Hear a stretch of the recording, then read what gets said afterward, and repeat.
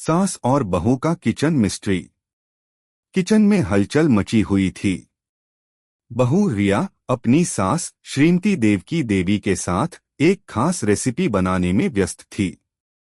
यह रेसिपी उनके परिवार की एक पुरानी परंपरा का हिस्सा थी, जिसे हर साल खास अवसरों पर बनाया जाता था। आज रिया ने सोचा कि वह अपनी सास को खुश करने के लिए इसे बनाकर देखेगी। अगर आप अपनी माँ से सच्चा प्यार करते हैं और उन्हें हमेशा खुश देखना चाहते हैं, तो इस चैनल को सब्सक्राइब करें, लाइक करें और इस वीडियो को लास्ट तक जरूर देखें, क्योंकि जल्द ही आपको एक अच्छी सी खुशखबरी मिलेगी जो आपकी दुनिया को बदल देगी। आपके लिए परमात्मा की तरफ से आशीर्वाद, कृपा, शांति और आनंद बरसता रहें। आपके हर सपने को परमात्मा पूरा करने में हमेशा आपके साथ हैं।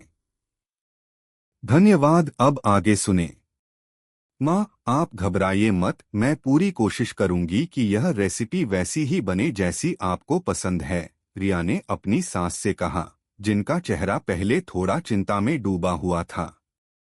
अरे बेटा, मैं जानती हूँ कि तुम अच्छा करोगी, लेकिन ये रेसिपी बड़ी खास है। इसमें एक खास मसाले का मिश्रण है, जिसे हमारे परिवार में बहुत प्यार से बनाया जाता है। अगर कोई चीज थोड़ी सी भी बदल गई, तो स्वाद भी बदल जाएगा, श्रीमती देवकी देवी ने समझाया। रिया ने हल्के से मुस्कुराते हुए कहा, माँ, चिंता मत कीजिए, सब कुछ सही होगा। रिया और देवकी देवी ने मिलकर किचन में एक लंबा सफर तय किया था। देवकी देवी ने कई बार रिया को बताया था कि यह रेसिपी उनके परिवार की धरोहर है और इसे सटीक तरीके से बनाना बहुत महत्वपूर्ण है। रिया ने इस बात को पूरी तरह से समझा था और वह इस बार कुछ विशेष करना चाहती थी। माँ, आप बैठ जाइए, मैं सब कुछ संभाल लूंगी, रिया ने कहा, जबकि वह किचन में ताजगी से काम कर रही थी। देवकी देवी ने धीरे से सिर हिलाया और कुर्सी पर बैठ गईं। उन्होंने चाय का कप हाथ में लिया और सोचने लगीं कि शायद यह रेसिपी इस बार कुछ अलग ही बने। रिया की मेहनत और प्यार को देखकर उन्होंने मन ही मन आशीर्वाद दिया। लेकिन जैसे ही रिया ने मसाले का मिश्रण तैयार किया और उसे चूल्हे पर चढ़ाया, कुछ अजीब हुआ। रिया ने देखा कि जिस तरह से मसाले का रंग बदलना चाहिए था, वह वैसा नहीं हो रहा था। मसाला काला पड़ने की बजाय एक अजीब सा हल्का रंग धारण कर रहा था। रिया थोड़ी घबराई हुई सी हो गई। माँ, देखिए ये क्या हो रहा है। मसाले का रंग बिल्कुल बदल सा गया है, रिया ने चिंता के साथ अपनी सास से कहा। देवकी देवी उठ खड़ी हुई और ध्यान से मसाले को देखा। उनकी आंखों में भी एक क्षण के लिए डर की छाया उभरी। अरे, ये तो गड़बड़ हो गया, उन्होंने कहा। यह मसाला कभी ऐसा नहीं होता। रिया घबराई हुई सी बोली, क्या इसका मतलब है कि हमने कुछ गलत किया है? देवकी देवी ने ध्यान से मसाले की सुगंध भी महसूस की, फिर उनका ध्यान कुछ और ओर गया।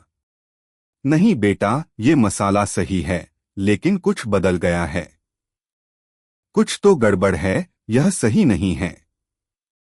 रिया और देवकी देवी दोनों अब सोच में पड़ गईं कि ऐसा क्या हुआ होगा।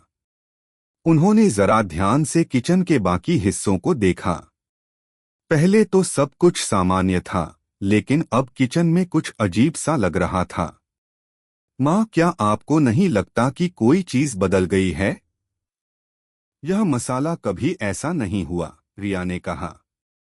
देवकी देवी ने सिर हिलाया, कुछ तो गलत हुआ है, बेटा। हमें इसका पता लगाना होगा। अब दोनों को एहसास हुआ कि किचन में कुछ बदल चुका था, लेकिन यह क्या हो सकता था? रिया ने सोचा कि शायद मसाले का कंटेनर गलत जगह पर रखा गया हो या फिर किसी ने उसमें कुछ मिला दिया हो। दोनों ने मिलकर किचन के सभी सामान की जांच शुरू कर दी। रिया ने पहले मसाले के डिब्बों को खंगाला, लेकिन सब कुछ अपनी जगह पर था। फिर उसने ध्यान से चूल्हे और स्टोव की तरफ देखा। कोई भी संकेत नहीं मिला। अंत में रिया ने एक बार फिर से चूल्हे पर रखे पैन को देखा और देखा कि उसके तले में हल्का सा काला धब्बा था जो पहले नहीं था। माँ, यह पैन तो बदला हुआ लगता है। क्या यह वही पैन है जिसे आप हमेशा इस्तेमाल करती हैं? रिया ने देवकी देवी से पूछा। देवकी देवी ने पैन को ध्यान से देखा। नहीं, यह पैन तो नया है। लेकिन यह कहाँ से आया? उनका मन कुछ और ही सोचने लगा था। तभी रिया ने एक और बात नोट की। रसोई में रखा हुआ नमक और चीनी का डिब्बा भी थोड़ा सा अलग दिख रहा था। माँ, क्या यह नमक वही है जो हम हमेशा इस्तेमाल करते हैं? रिया ने पूछा। देवकी देवी ने डिब्बे को खोलकर देखा और उनका चेहरा पल भर के लिए गहरी चिंता से भर गया। नहीं, यह तो बिल्कुल नया है और इसमें कुछ गड़बड़ है। यह सामान्य नमक नहीं है। अब रिया और देवकी देवी को पूरी तरह से यकीन हो गया कि किसी ने जानबूझकर किचन में कुछ बदल दिया है। लेकिन सवाल यह था कि कौन और क्यों? दोनों ने मिलकर तय किया कि वे इस मिस्ट्री का समाधान ढूंढने के लिए हर मुमकिन कोशिश करेंगी। क्या रिया और देवकी देवी इस रहस्य को सुलझा पाएंगी? किचन में दोनों की चिंता अब और गहरी हो गई थी।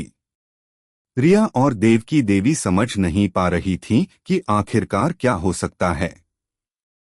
किचन में सब कुछ सामान्य था, लेकिन जब से मसाले का रंग बदला था और नमक चीनी का डिब्बा बदला हुआ दिखा, तब से स्थिति और पेचीदी हो गई थी। माँ, अब हमें क्या करना चाहिए? रिया ने घबराते हुए पूछा। वह जानती थी कि यह मामला हल्के में नहीं लिया जा सकता था, लेकिन इस उलझन से बाहर निकलने का कोई रास्ता उन्हें नजर नहीं आ रहा था।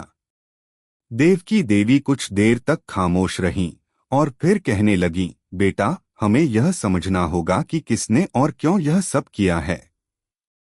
मुझे लगता है कि यह कोई जानबूझकर किया गया काम है और शायद हम किसी से अनजाने में मदद ले रहे हैं, जिससे हम इसे ठीक से समझ नहीं पा रहे। रिया ने अपनी सास की बातों को ध्यान से सुना और सोचा। लेकिन माँ, क्या यह हमारे घर के किसी सदस्य ने किया होगा? रिया ने पूछा। देवकी देवी के चेहरे पर विचार की लकीरें उभर आईं। यह हो सकता है, लेकिन हमें यह तय करना होगा कि क्या हम अपने घर में किसी पर शक करें। अगर यह कोई बाहरी व्यक्ति है, तो क्या वह हमारे किचन तक कैसे पहुंचा? यह कुछ और ही है, रिया। इतने में रिया का ध्यान अचानक अपने घर के नौकर चाकरों पर गया। माँ, क्या आपको लगता है कि किसी ने किचन में घुसकर कुछ किया हो? रिया ने सवाल किया। देवकी देवी ने कहा, यह संभावना तो है, लेकिन हमें सबूत चाहिए। मैं तुम्हें कह रही हूँ, रिया, यह कोई मामूली बात नहीं है। हमें किचन के एक एक सामान को गौर से देखना होगा। यह सोचकर रिया और देवकी देवी ने फिर से किचन की पूरी जांच शुरू कर दी। पहले तो उन्होंने सब चीजों को व्यवस्थित किया, फिर हर एक चीज को ध्यान से देखा। रिया ने देखा कि कहीं ना कहीं चूल्हे पर कुछ अवशेष रह गए थे जो सामान्य से कुछ अलग थे। माँ, देखिए, यहाँ कुछ दाने पड़े हैं। यह क्या हो सकता है? रिया ने अपनी सास को दिखाया। देवकी देवी ने नजदीक से देखा और फिर चुपचाप उन दानों को उठाया। यह तो कोई अजीब सी चीज है, रिया। ऐसा तो कभी नहीं हुआ। यह तो किसी ने जानबूझकर रखी है। अचानक ही एक विचार देवकी देवी के मन में आया। रुको बेटा, क्या तुम्हें याद है तुम्हारी दोस्त रचना ने कल हमारे घर खाना खाने आने का कहा था? रिया ने सोचा और फिर कहा, हाँ माँ, रचना तो कल आई थी। लेकिन वह तो बड़ी प्यारी लड़की है, उसने ऐसा कुछ नहीं किया होगा। देवकी देवी ने सिर झुकाकर कहा, बिल्कुल बेटा, मुझे भी रचना पर शक नहीं है, लेकिन हमें यह ध्यान में रखना होगा कि कोई भी जानबूझकर किसी के भरोसे को तोड़ सकता है। हमें रचना से फिर से बात करनी होगी। दोनों ने तय किया कि अब वे रचना से बात करेंगी। इस बात से उन्हें यकीन था कि रचना शायद उन्हें कुछ महत्वपूर्ण जानकारी दे सकती थी। रिया ने तुरंत रचना को फोन किया। हेलो रचना, क्या तुम ठीक हो? रिया ने खुश होकर पूछा। हाँ रिया, सब ठीक है, तुम कैसी हो? रचना ने हंसते हुए जवाब दिया। सब अच्छा है, लेकिन मुझे एक बात पूछनी थी। कल जब तुम हमारे घर आई थी, क्या तुमने किचन में किसी चीज को बदला था? रिया ने थोड़ी सी नाजुकता से सवाल किया। रचना थोड़ी देर चुप रही, फिर हंसते हुए बोली, क्या बात कर रही हो रिया? मैंने तो किचन में कुछ नहीं छेड़ा। मैं तो बस तुम्हारी माँ से मिलने आई थी और फिर हम लोग कुछ बातें करते हुए खाने में जुट गए। तुम्हारे साथ बैठकर बहुत अच्छा लगा। रिया थोड़ी सी असमंजस में पड़ी, लेकिन रचना की बातों से उसे यकीन हुआ कि रचना ने कुछ नहीं किया। फिर उसने फोन काट दिया और देवकी देवी को सब कुछ बता दिया। माँ, रचना ने कहा कि उसने कुछ भी नहीं बदला। मुझे लगता है कि हमें अब घर के बाकी लोगों से पूछताछ करनी होगी, प्रिया ने कहा। देवकी देवी ने सिर हिलाते हुए कहा, तुम ठीक कह रही हो। हमें अब अपने परिवार के बाकी सदस्य से पूछना होगा। यह मिस्ट्री सिर्फ एक साधारण गलती नहीं हो सकती, यह कोई सोची समझी चाल है। अगले दिन जब पूरा परिवार एक साथ बैठा था, देवकी देवी ने सबके सामने यह सवाल रखा। बच्चों, हमें किचन में कुछ बदलाव नजर आ रहे हैं। क्या किसी ने किचन में कोई चीज बदली है? सब लोग चुप थे, लेकिन अचानक उनके छोटे बेटे अमित ने कहा, माँ, मुझे याद है कि कल मुझे किचन में कुछ नया सा लगा था। लेकिन मैं सोच रहा था कि शायद आप लोग इसे बदल रहे हो। देवकी देवी ने तुरंत पूछा, अमित, तुमने क्या देखा था? अमित ने फिर कहा, मैंने देखा था कि किचन के मसाले और नमक के डिब्बे कहीं से बदल गए थे, लेकिन मुझे लगा कि आप लोग नए डिब्बे ले आए हैं। मुझे तब शक नहीं हुआ था। क्या रिया और देवकी देवी दोनों चौंक गईं? अब उन्हें समझ में आया कि यह सब कुछ योजनाबद्ध था। अमित ने आगे कहा, माँ, मुझे अब याद आया, वह जो नया नमक था, वह मेरे दोस्त दीपक ने लाया था। वह कल सुबह हमारे पास आया था। वह हमेशा किचन में घुसी घुसी बातें करता रहता है। मुझे लगा था कि वह सिर्फ मदद कर रहा था। यह सुनकर रिया और देवकी देवी दोनों एक दूसरे को देखकर चुप हो गए। अब उन्हें पूरा यकीन हो गया था कि यह सब कुछ दीपक ने ही किया था।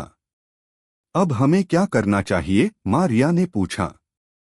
देवकी देवी ने गंभीर स्वर में कहा, हमें दीपक से बात करनी होगी, लेकिन हमें इस मिस्ट्री को पूरी तरह से सुलझाना होगा।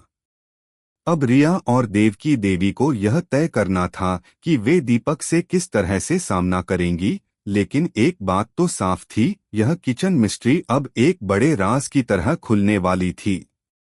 दीपक का नाम सुनते ही रिया और देवकी देवी दोनों के चेहरे पर एक अजीब सी ताजगी आ गई। अब उन्हें यकीन हो गया था कि किचन में हुई गड़बड़ी की वजह दीपक ही हो सकता है। लेकिन सवाल यह था कि दीपक ने ऐसा क्यों किया था?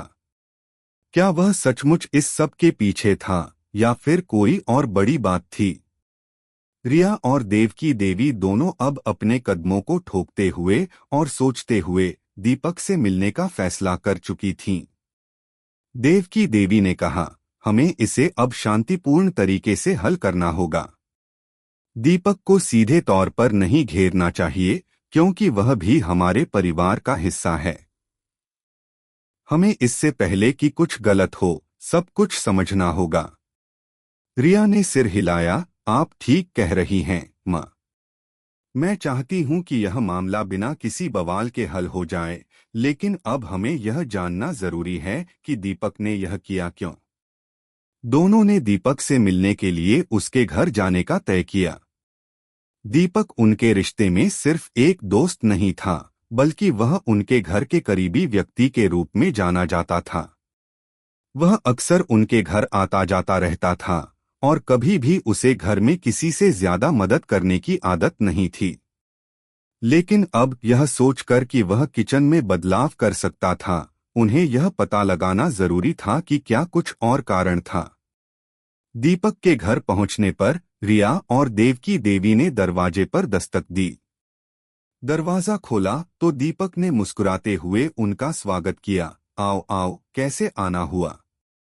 रिया और देवकी देवी ने एक दूसरे को देखा और फिर दीपक से सीधा सवाल किया।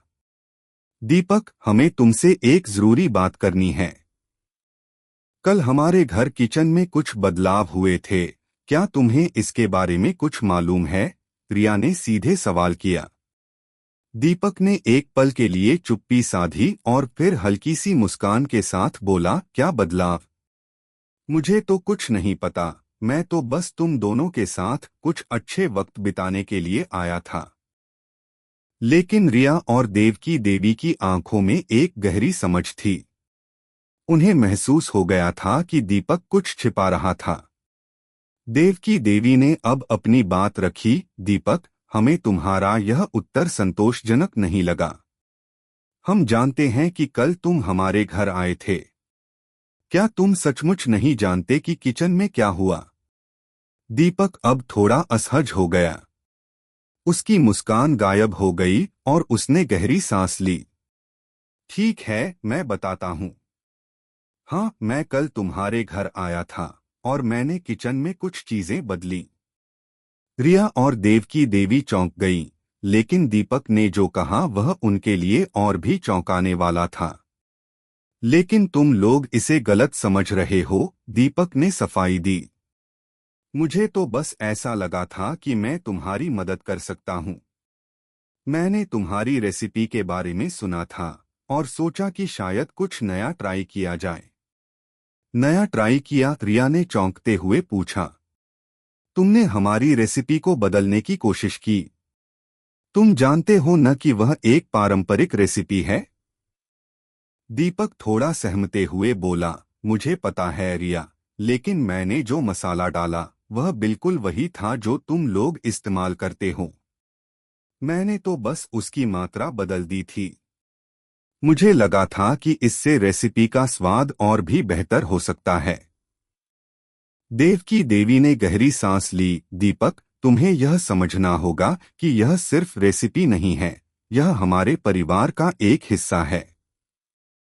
हम इसे बहुत आदर और प्यार से बनाते हैं। तुमने बिना हमारी अनुमति के किचन में बदलाव क्यों किया? दीपक अब थोड़ा शर्मिंदा महसूस करने लगा। मैं माफी चाहता हूँ माँ। मुझे ऐसा नहीं करना चाहिए था। मैंने सोचा था कि मैं तुम्हारा कुछ भला कर सकता हूँ, लेकिन मैंने अपनी हद पार कर दी। रिया और देवकी देवी दोनों को अब दीपक की बातों पर यकीन हो गया था, लेकिन साथ ही उन्हें यह भी समझ में आ गया था कि दीपक का इरादा खराब नहीं था। वह सिर्फ परिवार के प्रति अपने प्यार को जताने की कोशिश कर रहा था। हालांकि उसकी कोशिश ने किचन में गड़बड़ी कर दी थी। दीपक, हमें पता है कि तुमने यह सब अच्छे इरादों से किया था, लेकिन अगली बार ध्यान रखना। हमारे पारंपरिक तरीके बहुत महत्वपूर्ण हैं, देवकी देवी ने कहा। दीपक सिर झुकाकर बोला, मैंने गलती की माँ, और मैं वादा करता हूँ कि ऐसा फिर कभी नहीं होगा। अब जब मामले का हल हो गया था, रिया और देवकी देवी को यह समझ में आया कि कभी-कभी छोटी-छोटी गलतियां बड़ी समस्याओं का कारण बन सकती हैं। लेकिन संवाद और समझदारी से उन समस्याओं का समाधान भी निकल आता है। दीपक ने अपनी गलती मान ली थी और अब उन्हें यकीन था कि वह कभी भी किचन में हस्तक्षेप नहीं करेगा। रिया ने दीपक से मुस्कुराते हुए कहा, तुमने हमारी रेसिपी में बदलाव किया, लेकिन हम सब इसे फिर से सही तरीके से बनाएंगे। चलो अब तुम हमारे साथ खाना खाओ। दीपक हंसा और बोला, यह मुझे बहुत अच्छा लगेगा रिया। मैं फिर से सब कुछ सही करने की कोशिश करूंगा। जब तीनों एक साथ बैठकर खाना खा रहे थे, तो रिया और देवकी देवी ने इस घटना से एक महत्वपूर्ण पाठ सीखा। परिवार में प्यार और समझ के बिना किसी भी रिश्ते की नींव मजबूत नहीं हो सकती। और वे जानते थे कि अब से किचन मिस्ट्री खत्म हो चुकी थी, लेकिन इसने उनके रिश्ते को और भी मजबूत बना दिया था। दीपक के साथ किचन की गड़बड़ी का मामला सुलझ जाने के बाद रिया और देवकी देवी दोनों ने राहत की सांस ली। उन्हें अब यकीन हो गया था कि यह सब एक समझ की कमी का नतीजा था और दीपक ने गलती से अपनी मदद करने के बजाय कुछ ऐसा कर दिया था जिससे सब कुछ उलझ गया था। अब वे दोनों एक बार फिर से अपने पारंपरिक रेसिपी बनाने के लिए तैयार थीं और इस बार वे किसी भी प्रकार की गड़बड़ी से बचने के लिए पूरी तरह से सतर्क थीं। लेकिन रिया और देवकी देवी को यह सोचने का समय मिला कि क्या इस अनुभव ने उन्हें और भी कुछ सिखाया है। रिया को यह एहसास हुआ कि कभी-कभी अपने परिवार के लोगों को बिना कुछ कहे समझाने से बेहतर होता है कि संवाद किया जाए। वही बात देवकी देवी को भी समझ में आई। उन्होंने भी यह महसूस किया कि परिवार में छोटे छोटे बदलाव और टकराव कभी-कभी एक बड़ी समस्या का रूप ले सकते हैं, लेकिन अगर सभी मिलकर बात करें और समझें तो कोई भी समस्या हल हो सकती है। रसोई में अब सब कुछ ठीक था। रिया और देवकी देवी ने मिलकर वही पारंपरिक रेसिपी बनाई और इस बार वह बेहद स्वादिष्ट बनी। रिया ने एक बार फिर से अपने सास के चेहरे पर खुशियों की झलक देखी, जो उसे बहुत अच्छा लगा। देवकी देवी ने रिया की तारीफ करते हुए कहा, बिल्कुल वही स्वाद है जो मुझे हमेशा पसंद है। तुमने तो इस बार इस रेसिपी को और भी खास बना दिया। रिया मुस्कुराते हुए बोली, माँ, इस बार मैंने पूरी कोशिश की है और अब हमें कभी भी इस रेसिपी में कोई बदलाव नहीं करना चाहिए।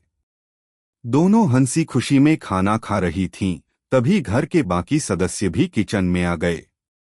सबने एक साथ रेसिपी का स्वाद लिया और सबने इसकी तारीफ की। घर में फिर से खुशियों का माहौल था। लेकिन रिया और देवकी देवी को अब यह समझ में आ गया था कि कभी-कभी छोटे से छोटे बदलाव से भी बड़े परिणाम सामने आ सकते हैं। उन्होंने यह तय किया कि वे हमेशा परिवार के अन्य सदस्य के साथ अपने विचारों और विचारधाराओं को साझा करेंगी, ताकि इस तरह की कोई और मिस्ट्री न हो। अचानक रिया को एक और विचार आया, माँ, हमें इस अनुभव से कुछ अच्छा सीखने की जरूरत है। इस बार हम सबने मिलकर समस्या का हल निकाला, लेकिन अगर हम इस तरह के अनुभवों को परिवार के साथ अच्छे से साझा करें तो क्या हमें ज्यादा मजबूत और एकजुट नहीं होना चाहिए? रिया ने पूछा। देवकी देवी ने रिया की बातों को ध्यान से सुना और फिर कहा, बिल्कुल बेटा, तुमने सही कहा। इस अनुभव ने हमें यह सिखाया कि हम सब एक टीम की तरह काम कर सकते हैं। अगर हम किसी भी समस्या का हल एक साथ मिलकर निकालें तो हम और भी मजबूत हो सकते हैं। इसके बाद देवकी देवी और रिया ने इस अनुभव को एक अच्छे सबक के रूप में लिया। उन्होंने तय किया कि अब वे परिवार के हर सदस्य के साथ अपनी समस्याओं और विचारों को खुलकर साझा करेंगी। इससे न केवल उनका आपस में विश्वास बढ़ेगा, बल्कि वे एक दूसरे से और भी करीब आएंगे। किचन में आए इस छोटे से बदलाव ने रिया और देवकी देवी को एक नई दिशा दी। रिया ने अब सीख लिया था कि कभी-कभी परिवार के साथ बैठकर खुलकर बात करना बहुत महत्वपूर्ण होता है, क्योंकि इससे आपसी समझ और प्यार बढ़ता है। देवकी देवी ने भी यह महसूस किया कि किसी भी छोटी सी समस्या को बड़े रूप में बढ़ने से रोकने के लिए समय पर चर्चा करना जरूरी है। अब घर में सब कुछ शांत था। हर सदस्य एक दूसरे के साथ मिलकर खुशी से वक्त बिता रहे थे।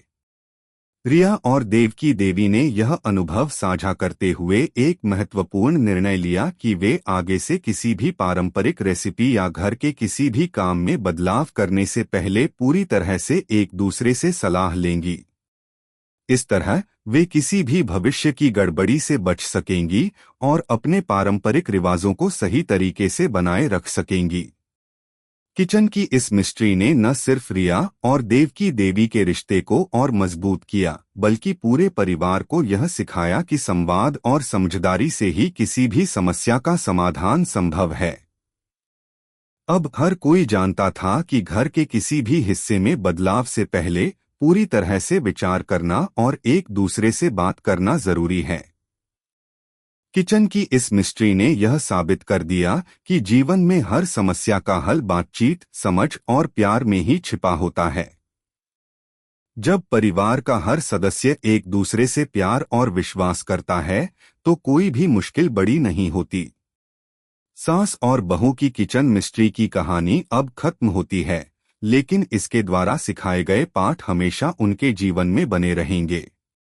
रिया और देव की देवी ने अब यह समझ लिया था कि घर का हर सदस्य एक अहम हिस्सा होता है, और जब सब मिलकर काम करते हैं तो किसी भी मुश्किल का हल जल्दी निकल सकता है। अगर आपको हमारे वीडियो पसंद आए तो कृपया चैनल को सब्सक्राइब करें, लाइक करें और अपने विचार कमेंट में जरूर साझा करें। आपका सपोर्ट हमें और भी बेहतरीन कंटेंट बनाने की प्रेरणा देता है। हम आपके हर समर्थन के लिए तहे दिल से धन्यवाद करते हैं।